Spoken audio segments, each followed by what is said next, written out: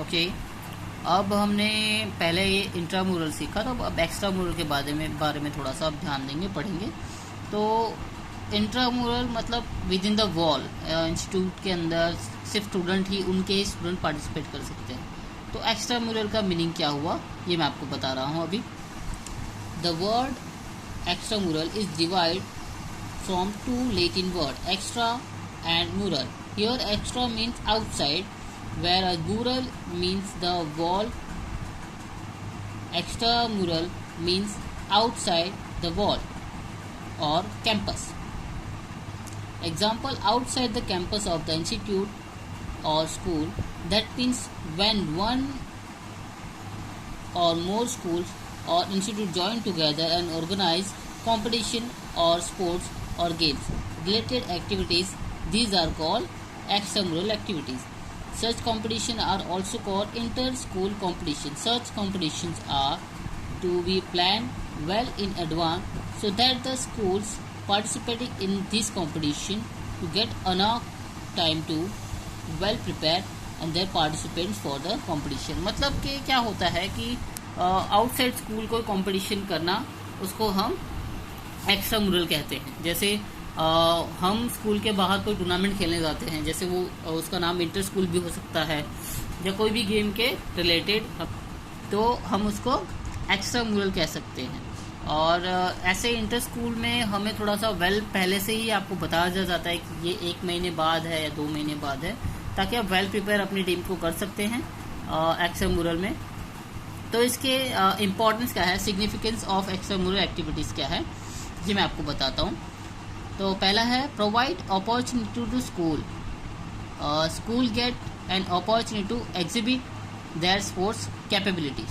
मतलब बच्चे को या स्टूडेंट्स को जो भी पार्टिसिपेट होता है उसको एक स्कूल को रिप्रेजेंट करने का एक चांस मिल जाता है कि वो अपने स्कूल को रिप्रेजेंट करके उस टूर्नामेंट में जाता है और दूसरे स्कूल के बच्चों के साथ कम्पीट करता है कि वो कितना बेटर है।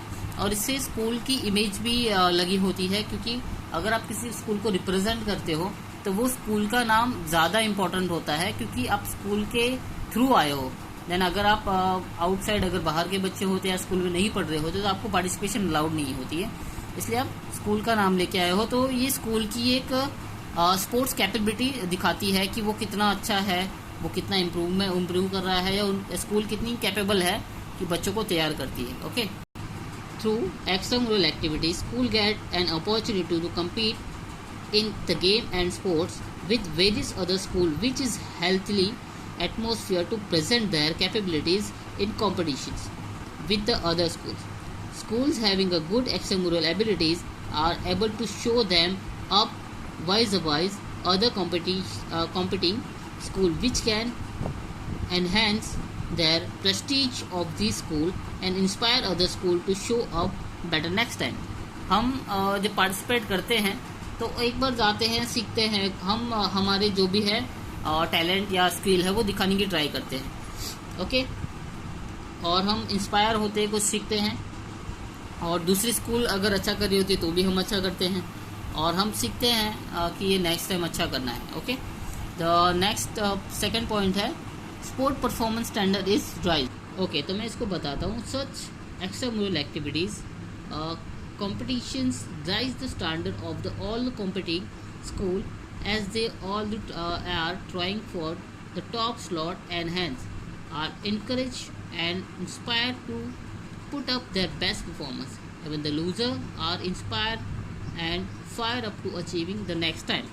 मतलब आप अपने जैसे जैसे आप पार्टिसिपेट करते हो किसी दूसरे स्कूल के साथ या किसी टूर्नामेंट में, तो आप क्या करते हो, खुद का एक स्टैंडर्ड बनाने की ट्राई करते हो खुद के स्कूल का, कि आप कितना अच्छा परफॉर्म कर रहे हो वहाँ पे। ओके, और आप एनकरेज करते हो अपना बेस्ट परफॉर्मेंस देने के लिए, आप खुद को इंस्पायर करते हो, क्योंकि स्कूल का आप कॉम्पिटिशन कर रहे हो, स्कूल का आप लेके चल रहे हो। ठीक है, तो आपको एक इंस्पिरेशन मिलती है कि स्कूल में से सिर्फ इतने ही या मैं ही अकेला ही पार्टिसिपेशन कर रहा हूँ। ओके, तो आपका स्टैंडर्ड बढ़ेगा। ओके, अगर आप हार भी जाते हो पर तो भी आप इंस्पिरेशन या कुछ सीख के ही आते हो कि आप नेक्स्ट टाइम अच्छा करोगे। Okay, the third point is provide appropriate knowledge of sports technique. Appropriate knowledge and techniques are therefore participants to be learned. So, such schools team who are not that well equipped in this respect see them being applied and learn them for future benefits. They can learn advanced techniques, get a knowledge of skill applied, and so many such other things which will add to the standard of their sports and games. Extramural can alone provide such a stage. Okay जैसे आप कोई tournament खेलने जाते हो okay तो आपको एक stage मिलता है कि आपको यहाँ पे अपना बेस्ट देना है ओके तो ऐसे ही बहुत सारे टीम्स या बहुत सारी स्कूल आती है पार्टिसिपेट करने के लिए जो अलग अलग तरीके की परफॉर्मेंस देती है। आपको कुछ इसमें अच्छे भी बच्चे मिलेंगे, कुछ ऐसे भी बच्चे मिलेंगे जो उनको उतना स्किल का या टेक्निक का नॉलेज नहीं होता है, बट हम एक्स्ट्रामुरल बाहर जाके यही चीज़ सीखते हैं कि नई नई चीज़ें, जैसे हम कोई परफॉर्मेंस या स्किल देख के ही सीखते हैं ज़्यादा से ज़्यादा जितना हम नए स्कूल के या किसी प्लेयर्स को देख के सीखते हैं। तो हमको नॉलेज प्रोवाइड करता है, स्पोर्ट्स टेक्निक प्रोवाइड करता है एक्स्ट्रामुरल कि हम नई चीज़ें सीखें और नई नॉलेज दें। ओके एंड फोर्थ है plan and implement the programmes of the physical education more effective.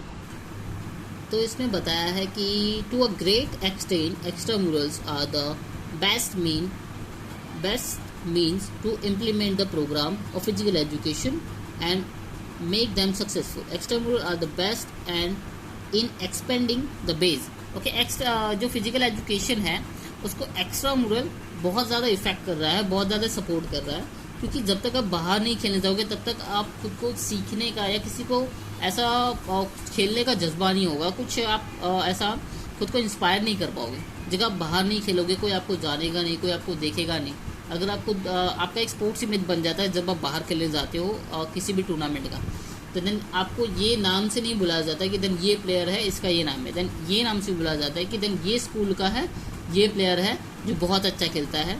अगर आपको कभी कंपटीशन वो चीज़ का हुआ भी तो देन वो माइंड में यही रखेगा कि जब कंपटीशन होगा तो ये प्लेयर मेरे सामने आने वाला है जो सबसे अच्छा है, अगर मैं उसके साथ कम्पीट करता हूँ तो। ओके तो ये एक अलग ही यहाँ पर बेस बनाता है एक्स्ट्रामुरल फिजिकल एजुकेशन में। ओके उसके बाद हम देखेंगे ऑब्जेक्टिव्स ऑफ एक्स्ट्रामुरल्स।